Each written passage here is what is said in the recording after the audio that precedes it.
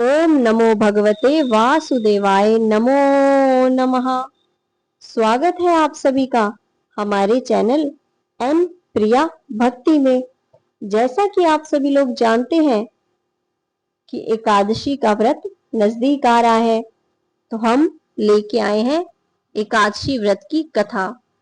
तो ये जो एकादशी पड़ रही है, ये कौन सी एकादशी है, इसकी कथा क्या है, ये किस दिन आ रही है, हम आपको सब डिटेल में बताएंगे। सबसे पहले तो हम ये बताएंगे कि ये एकादशी पड़ कब रही है। 10 जुलाई को एकादशी तिथि पड़ रही है। इस एकादशी का नाम है योगिनी एकादशी तिथि। योगिनी एकादशी तिथि आषाढ़ मास के कृष्ण पक्ष की एकादशी तिथि है। अब हम इस एकादशी तिथि की कथा सुनाएंगे, तो ध्यान पूर्वक सुनिए। ओम नमो भगवते वासुदेवाय। ओम नमो भगवते वासुदेवाय। धर्मराज युधिष्ठिर जी बोले, हे जनार्दन, मैंने ज्येष्ठ मास के शुक्ल पक्ष की निर्जला एकादशी की कथा सुनी। अब आप कृपा करके आषाढ़ मास के कृष्ण पक्ष की एकादशी कथा का वर्णन कीजिए।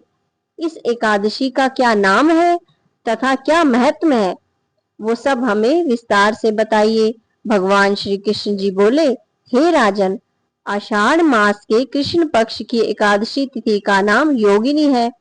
इसके व्रत करने से समस्त पाप नष्ट हो जाते हैं और इस लोक में भोग और परलोक में भी ये व्रत मुक्ति देने वाला है। हे राज राजेश्वर, यह एकादशी तीनों लोकों में प्रसिद्ध है। इसके व्रत से पाप नष्ट हो जाते हैं। आपसे पुराण में कही हुई कथा बताता हूँ, ध्यान पूर्वक सुनिए। अलकापुरी नाम की नगरी में कुबेर नाम का एक राजा राज्य करता था। वह शिव का बहुत बड़ा भक्त था। उसकी पूजा करने के लिए एक हेम माली पुष्य लाया करता था। उसके विशालाक्षी नाम की एक अत्यंत सुंदर स्त्री थी। एक दिन वह मानसरोवर से पुष्प लेकर आया, लेकिन कामासक्त होने के कारण पुष्पों को रखकर अपनी स्त्री के साथ रमण करने लगा और दोपहर तक कहीं नहीं गया। जब राजा कुबेर को उसकी राह देखते देखते दोपहर हो गई, तो उसने क्रोध में अपने सेवकों को आज्ञा दी, तुम जाकर हेम माली का पता लगाओ कि वह अभी तक पुष्प क्यों नहीं लेकर आया। जब यक्षों ने उसका पता लगा लिया, तो वह कुबेर के पास जाकर कहने लगे कि हे राजन, वह माली अभी तक अपनी स्त्री के साथ रमण कर रहा है। यक्षों की इस बात को सुनकर कुबेर ने हेम माली को बुलाने की आज्ञा दी। हेम माली राजा कुबेर के सम्मुख डर से कांपता हुआ उपस्थित हो गया। उसको देखकर राजा कुबेर को बहुत ही क्रोध आ गया और उसके होठ फड़फड़ाने लगे। उसने कहा, पापी, महानीच कामी, तूने मेरे परम पूजनीय ईश्वरों के भी ईश्वर शिव जी का अनादर किया है। मैं तुझे शाप देता हूँ कि तू स्त्री का वियोग भोगेगा और मृत्यु लोक में जाकर कोड़ी बन जाएगा। ओम नमो भगवते वासुदेवाय। कुबेर के श्राप से वह उसी क्षण स्वर्ग से पृथ्वी पर गिरा और कोड़ी बन गया। उसकी स्त्री भी उसी समय उससे बिछड़ गई। मृत्यु लोक में आकर उसने महा दुख भोगे, परंतु शिव जी की भक्ति के प्रभाव से उसकी बुद्धि मलिन नहीं हुई। क्यों? क्योंकि वो शिव भक्त था।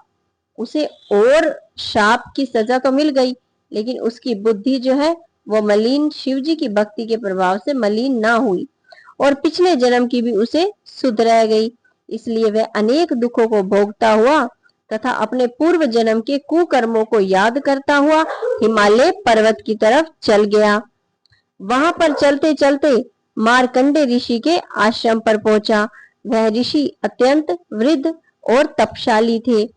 वह दूसरे ब्रह्मा के समान प्रतीत हो रहे थे और उनका वह आश्रम ब्रह्मा की सभा के समान शोभा दे रहा था। उनको देखकर वह हेममाली वहां गया और उनको प्रणाम करके उनके चरणों में गिर पड़ा। उसको देखकर मार्कंडे ऋषि जी बोले कि तूने कौन से खोटे कर्म किए हैं जिससे तुझे कोड़ी वाला शरीर मिला और तुझे महान दुख भोगने पड़ रहे हैं। इस पर हेममाली बोला, हे मुनि, मैं यमराज कुबेर का सेवक था। मेरा नाम हेममाली है। राजा की पूजा के लिए नित्य मैं पुष्प लाया करता था। एक दिन अपनी स्त्री के साथ विहार करते करते देर हो गई और दोपहर तक पुष्प ना लेकर पहुंचा।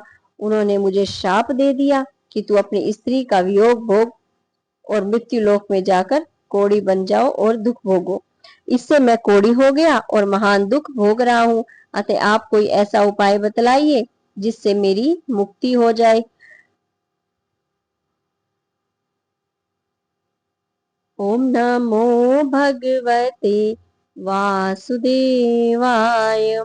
इस पर मार्कंडे ऋषि बोले कि भाई, तूने मेरे सम्मुख सत्य वचन कहे हैं, इसलिए मैं तेरे उद्धार के लिए एक व्रत बताता हूँ। यदि तू आषाढ़ मास के कृष्ण पक्ष की योगिनी नामक एकादशी का विधि पूर्वक व्रत करेगा तो तेरे सारे पाप नष्ट हो जाएंगे। इस पर हेममाली बहुत प्रसन्न हुआ और मुनि के वचनों के अनुसार उसने योगिनी एकादशी का विधि पूर्वक व्रत किया। इसके प्रभाव से फिर से अपने पुराने रूप में आ गया और अपनी स्त्री के साथ विहार करने लगा। हे राजन, इस योगिनी की कथा का फल 88 सहस्त्र ब्राह्मणों के भोजन कराने के समान है। इसके व्रत से संपूर्ण पाप दूर होते हैं और अंत में स्वर्ग मिलता है। ओम नमो भगवते वासुदेवाय। वासुदेवाय श्री कृष्ण देवाय।